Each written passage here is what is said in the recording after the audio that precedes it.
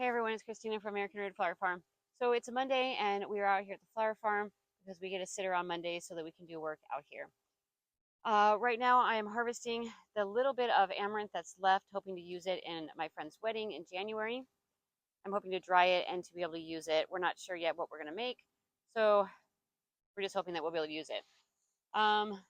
We're also doing some harvesting for our babysitter and for the roadside stand.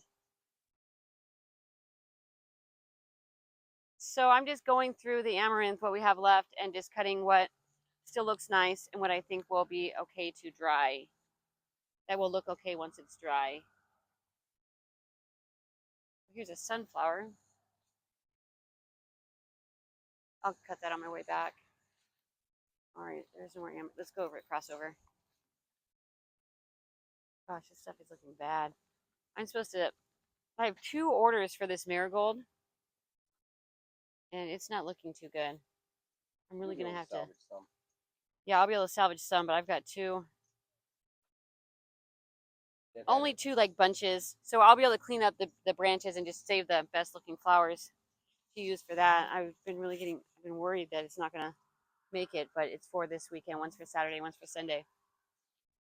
This has gone to seed too, but I hope that this will work. That this will work nicely somehow. We'll be able to utilize it.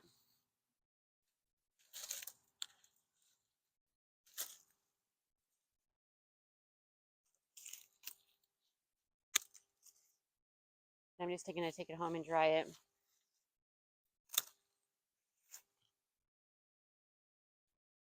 Maybe we'll be able to make a table runner or something and use it in the table runner with the eucalyptus.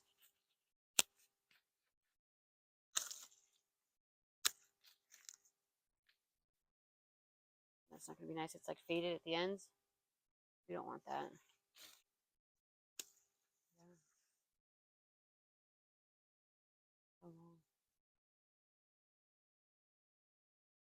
Someone was over here eating this one. Probably the turkeys,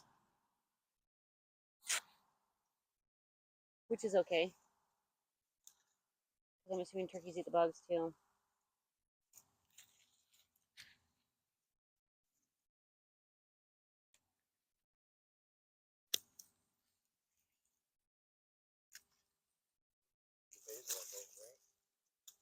Yeah, I couldn't figure out how to work the amaranth this year. It wasn't into my arrangements. I wasn't able to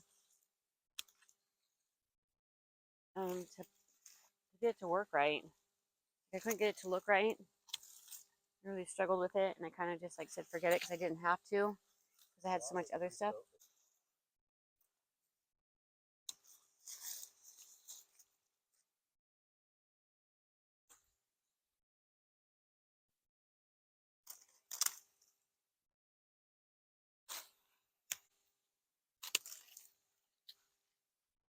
How long that one is.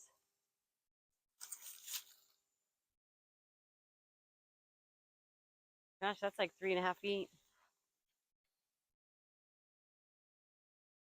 I'm just going to leave these here, and then when we leave, we'll pick them up. Did you get that you stink?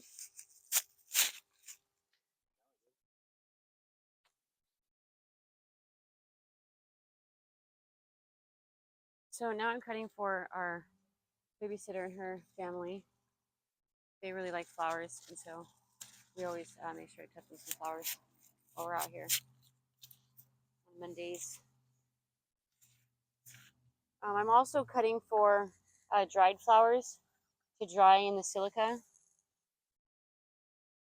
and those I'll use for wreaths in the winter. It was on the ground.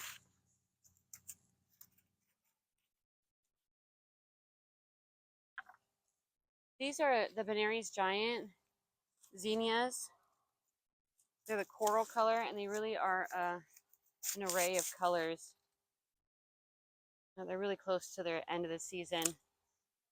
Like they're getting a lot smaller. At least these ones right here are. All of the new ones are really small.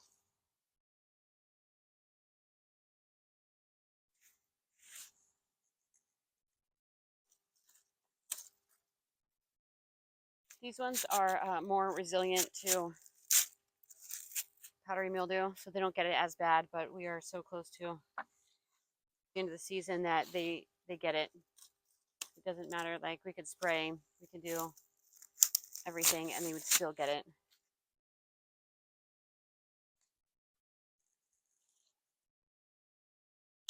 So when a plant has a lot of powdery mildew, I just strip the leaves.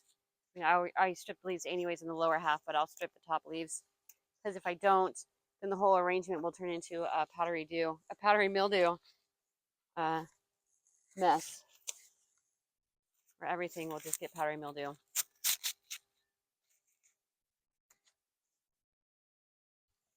Oh, let's show those cosmos again. Let's update on the cosmos. Cosmos that reseeded from the diseased cosmos. And oh, we found out. So we finally heard from the extension office, and the pathogen that we have out here is Fusarium, which is not a good answer. Not a good result. I believe, I haven't looked into it too much, but I do believe that Fusarium will live in the soil without a host for 17 years. So it's not something that we can get rid of. We just have to work around it. And the extension officer told me that the best way to work around it is to use a product called Active. Oh wait, I don't remember what it's called. What it does is it protects the plants. You put it on the roots. You put it on the roots, and it protects the plants. And you have to apply it every 3 months, so that it's a good bacteria that you add that protects the roots, and so the plant doesn't get affected or sick by the pathogen. So that's what we'll have to do, and it's fairly expensive, I want to say.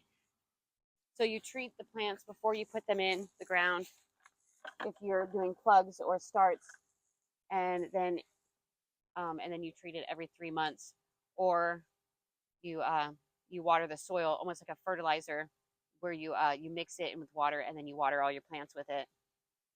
A soil drench.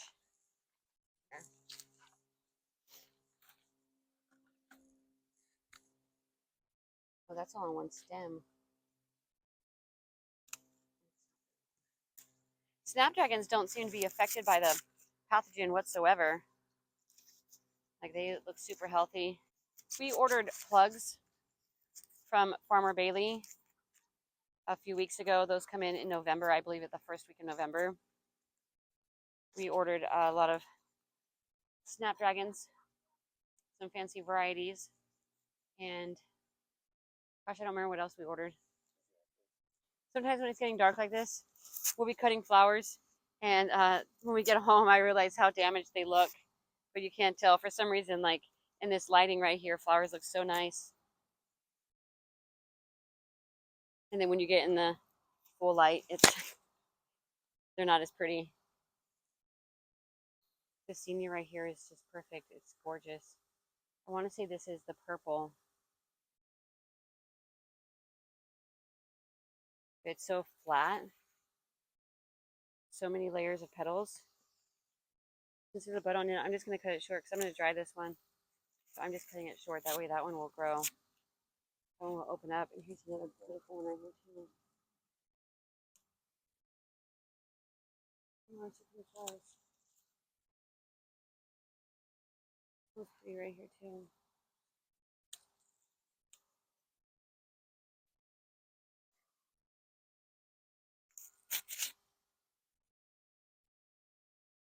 This is a beautiful Benaries. No, I think this is a polar bear. This is a polar bear zinnia. But I'm going to leave that because I'm going to save the seeds from that, because that's just a perfect flower right there. So that's it. Thanks for watching, and remember, keep your hands dirty.